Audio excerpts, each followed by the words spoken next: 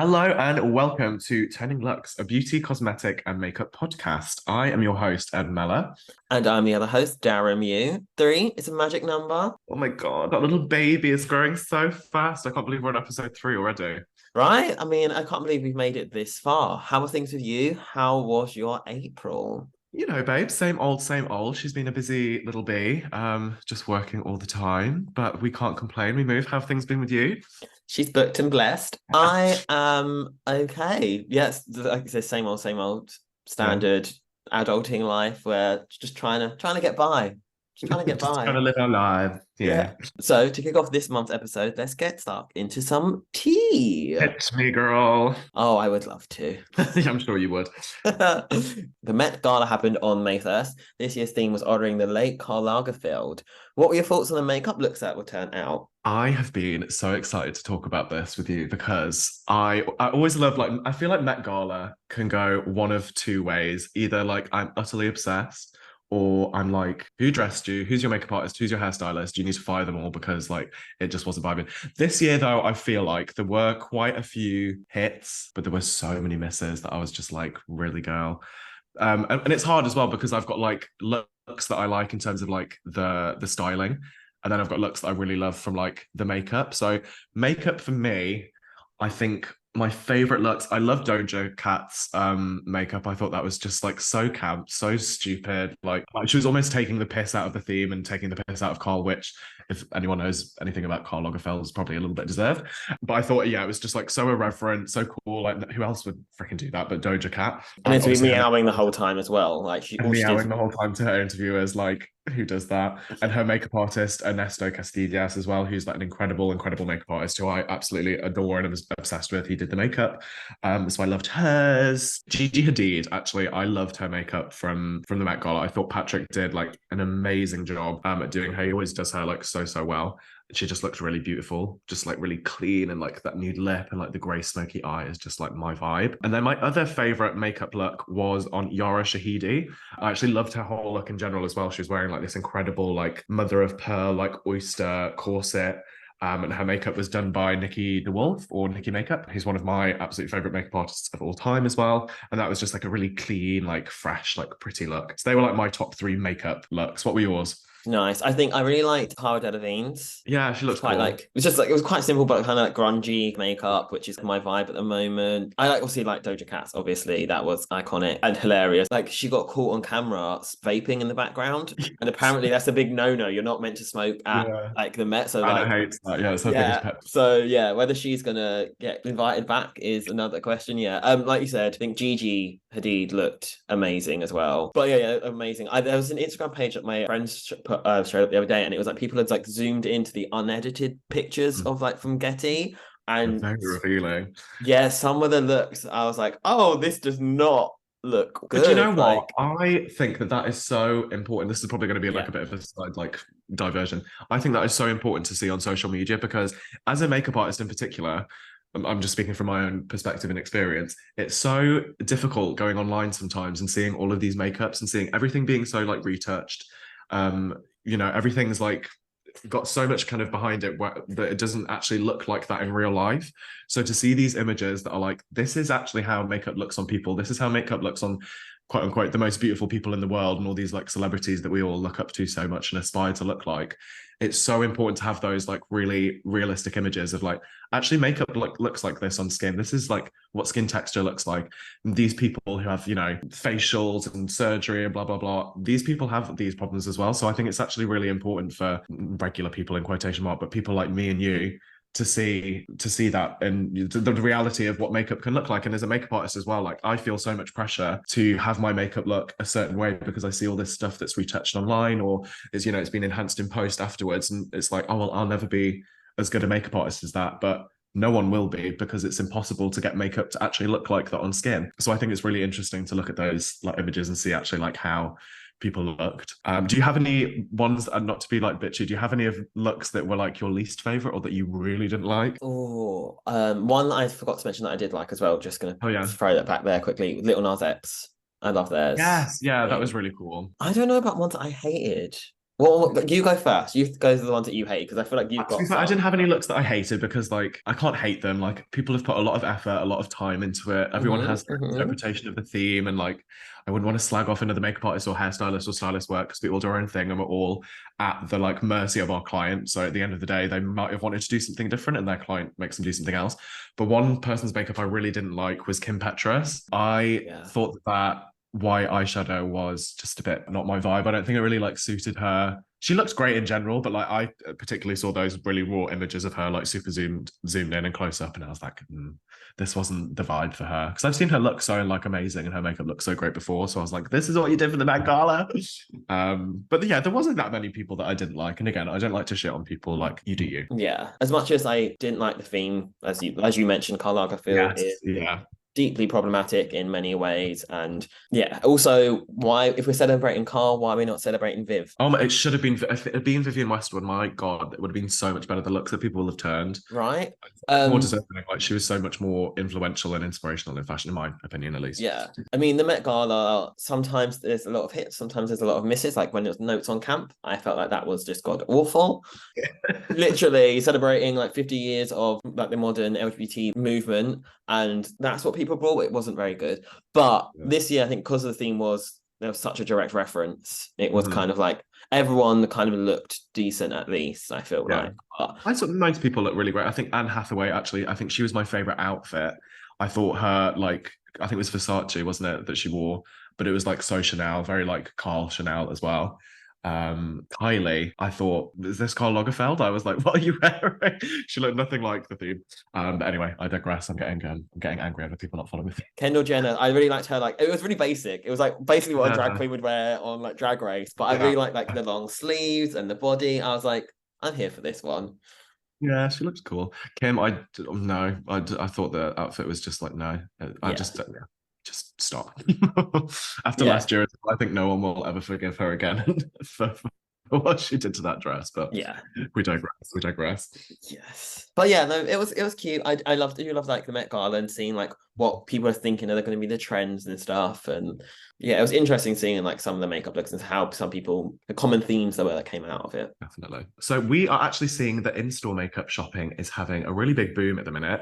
Where do you prefer to buy your makeup, Darren? What's your vibe? I think I'm a little bit of both, but I think I do prefer going into store. I do love like I think actually being able to see things what they actually look like color wise, specifically when it comes to like complexion products, and being able to really get a vibe for what the texture is going to be like and things like that. I prefer, but then at the same time, what I often do is we'll look at something in store and then buy it online if it's like cheaper online, or if there's deals. Often there's like better deals online and things like that. Then I would like, but I think going in store and seeing things first, I prefer. But I obviously when it comes to like brands that you can only get online, I'm then very like, oh, do I? I don't think I'd ever. Yeah. I don't think I'd really ever get complexion products Mhm. online, and Mhm. without seeing them in person first. Even using those kind of like shade match things, I just Yeah. don't think they work very well.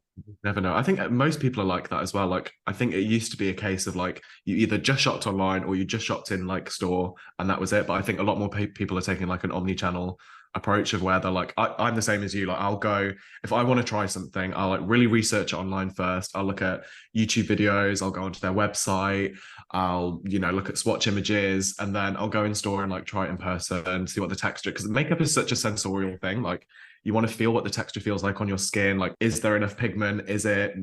And everyone has so many different preferences on makeup as well. So I feel like the way that they advertise makeup online as well is so sometimes not accurate to how it looks in person. So it's really important to actually physically try product on. So I'd say I technically actually do most of my makeup shopping online, but I always make sure that I try it in person first. I just like things being delivered to my door.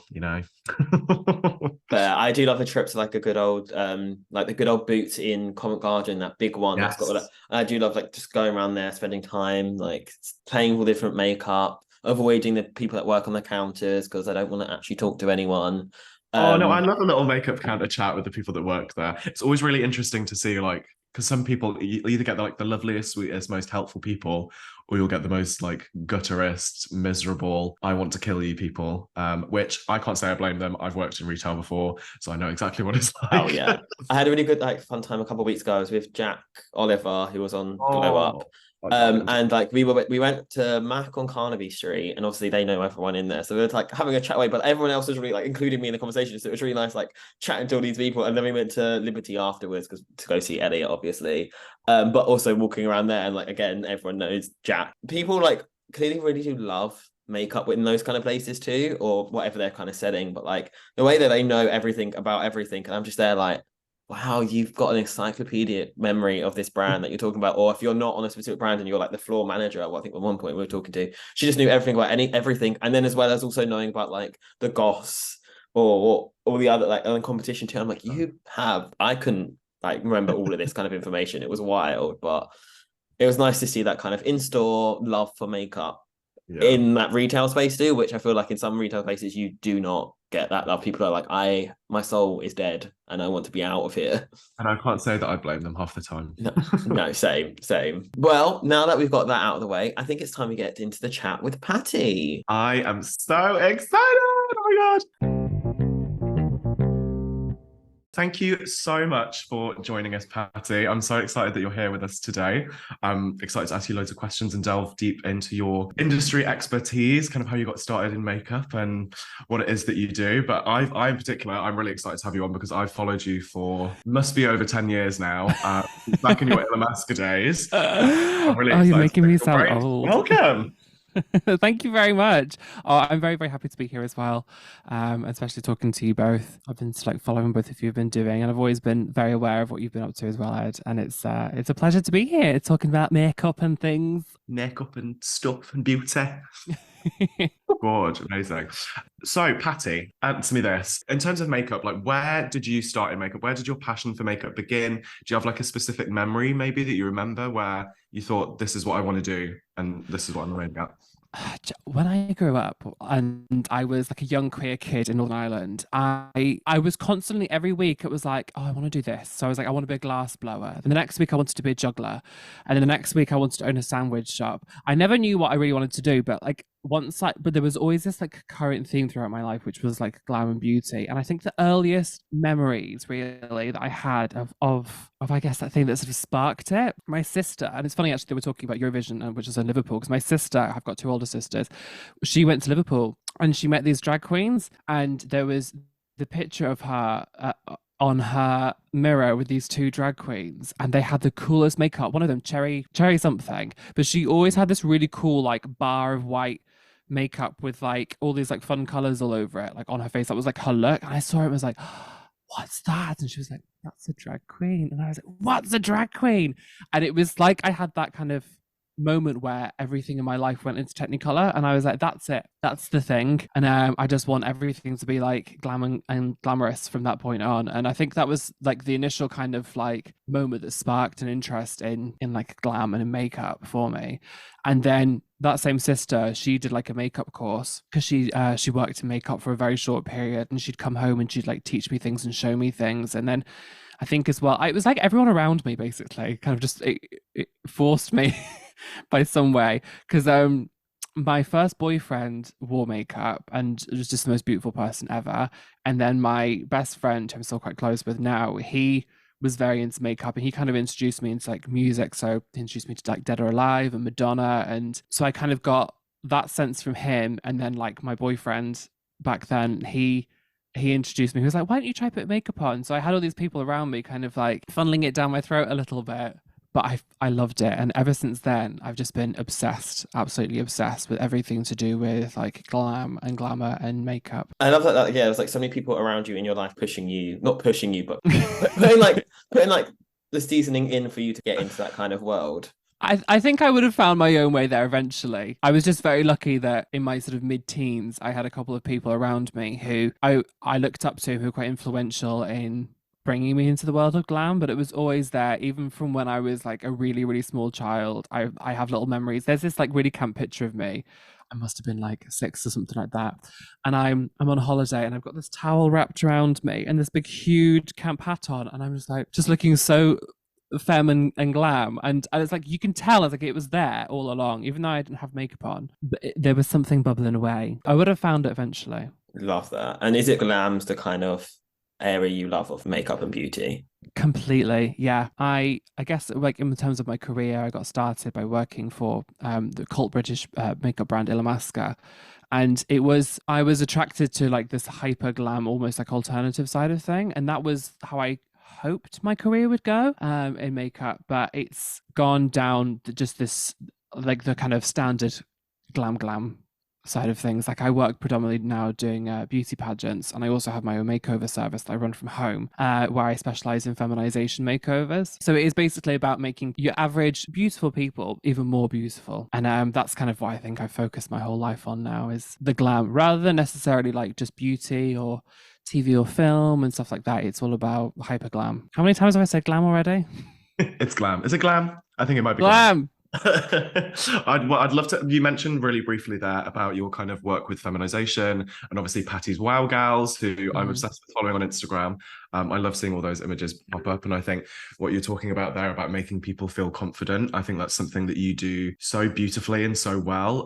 If you want to maybe talk a little bit more about Wow Gals and kind of where that came from, why you felt that there was a need for that within the industry in general. Of course, yeah. So Wow Gals is a business that I started in 2019, and it is a feminization makeover service. Some people refer to it as a cross-dressing service or a dressing service, but I don't like that term personally. I think it's quite sort of boxing and closing, but essentially what I do is I help people across the whole gender spectrum to become their idea of like hyper feminine. So I'd say about 80% of my clients, a quite high percentage of my clients, would identify as cross-dressers or gender fluid. And then I get like a small spectrum of people who are a start of their transition, so trans women. And then you kind of get a bit of everyone from across the whole spectrum. I guess it really started because throughout my career, I mean, as I'm a transgender woman, and even though I only came out a couple of years ago, it's always been there. I've always kind of known in the back of my head. And it's always been like a key theme throughout my whole makeup career, is that I've been the person that other makeup artists would turn to and sort of say like, oh, go to Patti, she'll help you. If anyone's gender questioning, if anyone's a drag queen or anything like that who wants help with makeup, I was always kind of that person that they would send them to. So I developed like a core unit of clients throughout my career who needed that kind of feminization help with makeup. And that side of my job kind of came about because I saw a bit of a gap in the industry and the market as such, in creating a more modern version of a dressing service, because dressing services have been around since day dot. But there used to be a thing where you'd go to the back page of, I don't know, the newspaper or Nuts magazine or anything, and Sally would have like an advert where it'd be like, come down, knock on the back door 3 times, and you can come and wear my knickers for an afternoon.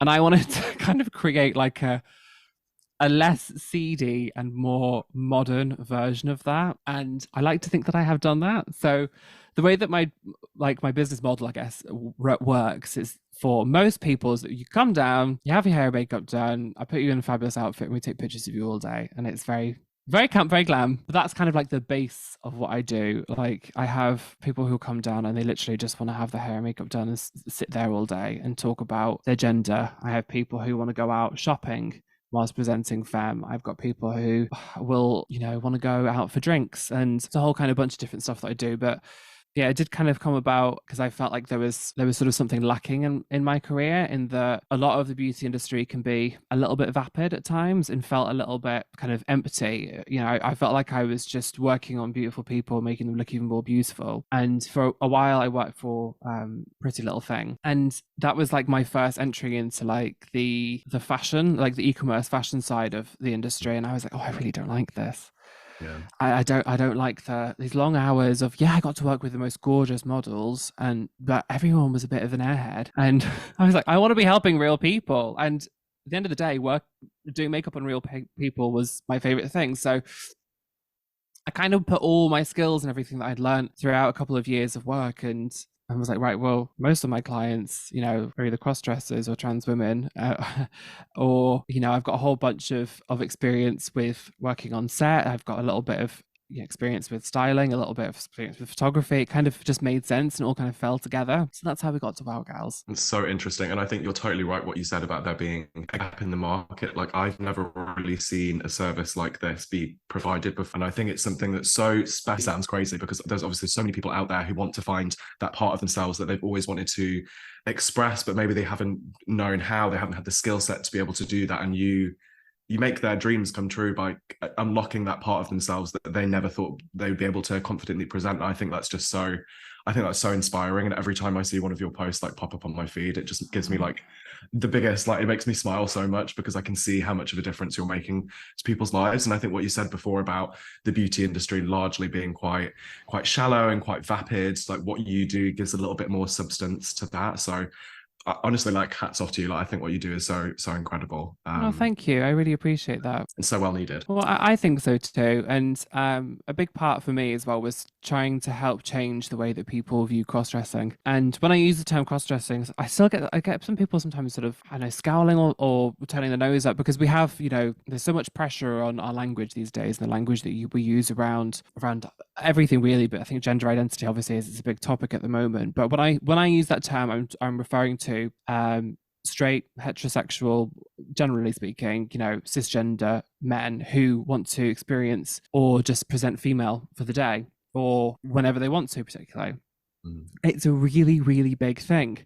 And a lot of people don't understand that there's so many, cis het men out there who just want to be able to have the weight of masculinity taken off their shoulders for the day. And I think it's like, there's always going to be the last taboo, but I feel like at the moment it's the last taboo because obviously we're talking a lot about people who are non-binary, with gender fluidity, and trans women and trans men in the media at the moment. But no one's really talking about cross-dressing, man, because everyone just thinks it's a massive fetish, and it just gets associated with that massively. But I'm kind of here to say that it isn't. Yes, it might be for some people, but for the vast majority of people, it's really not. And I've sat so many days out of my life now opposite people who it's not a fetish for them. It's literally just someone who's like, I just want to look beautiful for the day, or I just want to feel pampered. And it's men who can't express that. They are married, they've got children, they have very typical kind of like masculine jobs, or outwardly they just look like a very normal cis het man to everybody. So there would be a massive like almost issue for everyone in their life, and it would almost like upturn their life if they came out and spoke to people about it in their everyday life that they liked to present femme sometimes. So there's like a need for services still to this day like mine, because people like, again, 80% of my clients don't have anywhere to go to kind of be able to express themselves. I think it's a real shame. And that's what makeup and beauty is all about. It's about self-expression. Why should, just because women traditionally are, it's socially acceptable for them to wear makeup and it's encouraged for them to wear makeup, why can't everyone access that level of confidence and that level of like beauty if that's what they want to do? And it's, it's not harming anyone. And I think there's so much politicization of, gender and makeup, and it has to be this way, it has to be that way. And what you do really like breaks that down. And fundamentally, makeup is just about making you feel more confident and more beautiful. I think people over exaggerate the impact that has in the way that it's negatively affecting other people, or it's destroying these ideas of masculinity, when in reality it's just it's pigment and lipstick, isn't it? Literally, that can make somebody feel pretty for it and confident for a day, and like that they can conquer the world. Then what's the harm in that? Exactly. And why should we gatekeep it for any one type of person? Yeah, exactly. Do you find that doing that kind of makeup as a trans woman, it can be quite taxing emotionally on you? No, I don't think so. I'm a very like empathetic person, and I like making other people feel better about themselves. I like kind of like boosting other people and looking after other people. So doing that kind of makeup just feels awesome for me, and it makes, I love seeing other people happy. And I think that's another reason why is like when I was working in more of like the fashion side of things, it's people who don't appreciate the makeup. They're like, oh cool, you've done a cool job, this is nice, but then it's they're having incredible makeup artists and hairdressers and all sorts working on them every single day of their life. They don't give a shit, they're on their phones. Whereas like I do someone's makeup now, most of my work, and they are so excited to see it. They are so grateful, it's an emotional experience for them. I'd much rather do that for someone than put a bit of makeup on someone who doesn't give a shit about what they look like.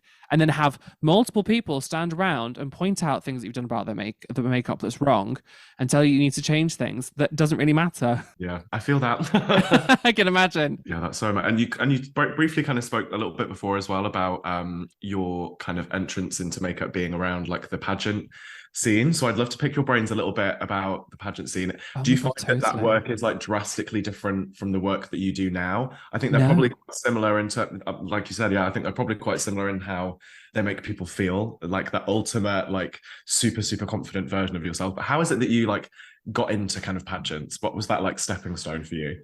I totally fell into doing pageants. You know, I always think it's such a cliche when someone's like, oh, I fell into it. I did. And I was working in Selfridges at the time, and I did this woman's makeup for an evening. And she was like, this gorgeous, glamorous mum comes in. She's like, oh, I'm going to my daughter. She's doing a pageant tonight. And I'm thinking, oh, fucking hell, a pageant mum. Here we go. And she's talking about how beautiful her daughter is, this, that, and the other. And I'm like, yeah, I'm sure she is. And but I got on with her really well, had a really nice time. She went off to watch her daughter in the pageant. That would have been about like end of summer, whenever it was. And then this was 2015. And then that Christmas, I was stood on my little counter bored because no one was coming to buy makeup off the Scary Goths. And I saw this gorgeous, like super glamazon girl in this big fur coat walk onto the MAC counter. And I was like, oh, she's camp.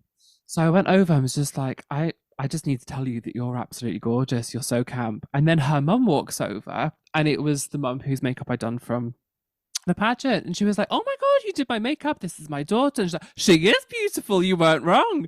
And then they said to me, we were chatting. She said, we're actually doing a pageant, both of us, next year. You have to come. So I was like, do you know what? This sounds like a fun job. I'll go and do this. So I went. And they were both competing, mum and daughter, on the Friday and the Saturday of this event. So I went and I did the Friday and the Saturday. And basically that was it. I never left pageant world. I met that night this woman who is a pageant coach, Rachel Tate, her name is. Well, she doesn't really do it as much anymore, but she brought me under her wing and sort of helped. So I worked exclusively for her clients for a couple of years. And the vast majority of the clients that she was doing also had booked in Duncan Fisher, who is a hairdresser, and he is now my right-hand man, and I work with him pretty much every other week. And the craziest, most hilarious person I've ever met in my entire life. And so yeah, I met Duncan again so the girls who makeup out and hair makeup I was doing was Misha and Kasha Grimes. And Misha is a blogger and influencer now, of course. But they're super fun and super glam. But yeah, after I met Duncan, we kind of worked with each other. We kept having the same clients again and again, and then eventually we went to America one year for a pageant, and we're like, we should make more of a thing of this, and we did, and we formed the UK Glam Squad, and we travel around the country and sometimes internationally doing hair and makeup for pageant girls, and it is amazing. I love it very, very much. And again, the pageant industry in the UK, I can sort of speak for the UK because I don't really know a huge amount about the rest of the world, but the UK it's just a big group of feminist women supporting each other. Like everything, you get the odd person who's a bit catty or a bit bitchy, but like everyone just is like rooting for each other, wants everyone to do well. And I've made some incredible friends through doing pageants. And if before I did pageants, if someone had said, like, you're going to be doing this in like the next 7 years, you know, as like a main part of your career, I would have laughed my head off, because I thought pageants were so anti-feminist, it was so backward and this, that, and the other. I thought it was all like honey boo boo, and it's not at all. I was literally going to say that. I think there's such a massive perception around the pageant industry, and we see so much on TV and on social media about what beauty pageants are. But I think, like you said, in reality, it's just about women supporting other women, and again, making them feel confident and supporting that confidence in whatever way they want to manifest it. Totally. I think if anyone comes down to, I highly encourage anyone to do this, go and watch a pageant in the UK. Like, come to one of the ones I'm working at, and I'll show you. And it's just, everyone's always really surprised when they see the mixture of the women who are up on stage, and it's so diverse these days. Everyone is just up there having fun, and everyone is being supported, and it's just it's awesome. Do you have a preference in the type? Do you prefer like the pageant stuff or the like the gender affirming one? I think as I'm getting old, it was my 31st birthday the other day, so I feel very old now. Oh yeah, happy birthday! Thank you. I can't be asked traveling anymore. Mm. I'm getting a bit tired of the traveling. I mean, obviously, I'm joking. 31 isn't old, but I don't drive, and it's getting more and more expensive to travel on trains, and more of a nightmare to travel on trains in this country. And so I'm kind of just getting a bit fed up of that, and I'm getting a bit sick and tired of the being away from my partner, all those kind of stuff that comes with traveling a lot for work. So because of that, I prefer doing my Wow Gals stuff because I work from home. So I roll out of bed in the morning and it's lovely. I love both of them equally, but the Wow Gals stuff is kind of what I'm leaning more towards. And it's just I get to be in my own space and I get to I'm a bit of a control freak, so I can kind of control everything and do it exactly how I want to. Whereas if I'm going to a different pageant that I've not been to before, I've got a director who's got a different set of rules and guidelines and a different schedule, and some pageants I can go to and it can be quite financially rewarding because I can fit in enough girls, and then some you go to and I'm just sat there for hours not making any money. Sure. So it just makes more sense for me to do the Wow Gal stuff. And if I'm being honest with you, I prefer doing the Wow Gal stuff because it is more rewarding, Yeah. with obviously the gender affirming stuff is very, close to my heart. So yeah, I'm leaning more towards that. And I've got kind of big plans for it as well. I obviously just said that I work from home at the moment, but I do want to get like a studio space and kind of create like a proper environment somewhere where I can do more community events and stuff like that. But HMRC are currently biting my ass, and I've just flooded my kitchen, so I've got to pay for a whole new flooring. So at the moment, everything's on a bit of a everything's been put on the back burner, I think. Yeah. Oh, bless you. That's the way that life operates, right? As soon as you're doing It well, is. it has to come and bite you in the arse. Yes. But that's so exciting that you're like planning on expanding Wow Gals, making it even bigger, and ensuring that more people can access it. Totally. Do you have any other future plans of things that you'd like love to do? Something maybe that you haven't done before that's like I would really, really love to do that. That's something that's like unique for me that I've not done. No. You've pretty much done it all, Patty. I mean, like you're a legend at this point. You've been doing makeup for so long. I'm sure you've done it all, really. I definitely haven't done it all. Oh my god. Do you know what? When I first started doing makeup, I did have all these big aspirations, and it was like, oh, I want to be a celebrity makeup artist. I want to be this. I want to travel the world and everything. And now I'm like really happy with my really chill life that I've kind of cultivated the ideal life for me. I think about when I was like 16 and having to hide like little dresses and bits of makeup underneath my bed, and then I had to travel to my friends' houses to go and get ready for a big night out in Belfast. And I used to think, I can't wait until the day I can just sit in my own house and do my makeup in front of a table. That's all I wanted, was to be able to do that. And I've got this massive fucking wardrobe with like loads of clothes, loads of makeup, tons of wigs and everything. I've got like my 16-year-old's just like dream. Like I'm living the life that I always wanted. And it's a chill life, but I'm really fucking happy. And I have to sort of pinch myself at times and think I have kind of cultivated a life that is just my ideal life. And don't get me wrong, plenty more things out there that I'd like to do and plenty more stuff that I'd like. But things are pretty good at the moment. That makes me feel like, honestly, a little bit emotional listening to you say that, because I think what you just said there, so many people listening will resonate, or hopefully so many people listening will resonate with that or relate to that. I relate to that so much. I remember being that person when I was like 15 or 16 years old and seeing like your work we were friends on Facebook at the time, we're throwing it far. But I remember seeing people like your work and Elliot Banks and people like that, and the kind of Manchester Queens, and thinking like, my God, like I would love to be like that one day. I want to be that brave in expressing myself so openly and so creatively. I'd love to have like all of that makeup and all of those things. And I think similar to you, I feel like I've somewhat manifested that life. And to think back to 10 years ago when I was that like 16, 17-year-old boy, like how far I've come. And I think, as you said there, people will relate to that so much. And yeah, it's just a testament to kind of manifesting your desires and what it is that you want to be and the person that you want to show to the world, and just being unabashedly, completely yourself. And I think, yeah, it's just so inspirational. So sorry to kiss your ass there, but I just needed to take my moment. Darling, you can kiss my ass any day, like. I love it. Thank you. I really like. I'm really glad that's how you feel about that, because I don't know, I feel fucking exactly the same. I think it's awesome. Manifest it, queen. Yeah, absolutely. Throwing it back there a bit quickly, you were talking about your 16-year-old self and stuff. What was the first bit of makeup that you ever bought? I'm gonna really try and think about this. Now, I remember the first like bits of makeup that I was using. I mean, I was using some of my sister's stuff, but my friend Anton and I, we had this beige, well, he had, I should say, this beige camel makeup bag, and it had a clear lip gloss, clear mascara in it. And I'm sure there were some other bits, but I remember sitting before school and putting the clear, the clear like brow and lash gel on and the clear lip gloss on, and you couldn't tell me anything. Couldn't tell me Like nothing. I just felt like the most feminine thing in the entire world. And then he bought a foundation. What did I buy? I don't remember. He bought this Dior foundation. I remember that really vividly. And I must have bought something as well. I do remember though, this awful, I think it was Stargazer green glittery lipstick. Oh my God. That's And so it was bad. like an exfoliator when you put it on your lips. It was so chunky, the glitter, that when you put it on, I had this vivid memory of putting that on. And like my early kind of memories of other memories of like doing makeup and stuff, I had this very funny memory of me, Anton, and it wasn't Carl, it was someone else, someone other friend of ours back then. We had put on our very glam makeup. So I put my green lipstick on and I had these big drag eyelashes, like, you know, the ridiculous ones that probably had feathers on the outer edges. No other makeup, just that. And I think I put some heels on or something like that, and we went and walked down the street. Now, this is literally near, I don't know if you know much about Northern Ireland, but I grew up near the Maze prison, which is where like all of the sort of basically all the terrorists were kept. So it was not the nicest area that I grew up.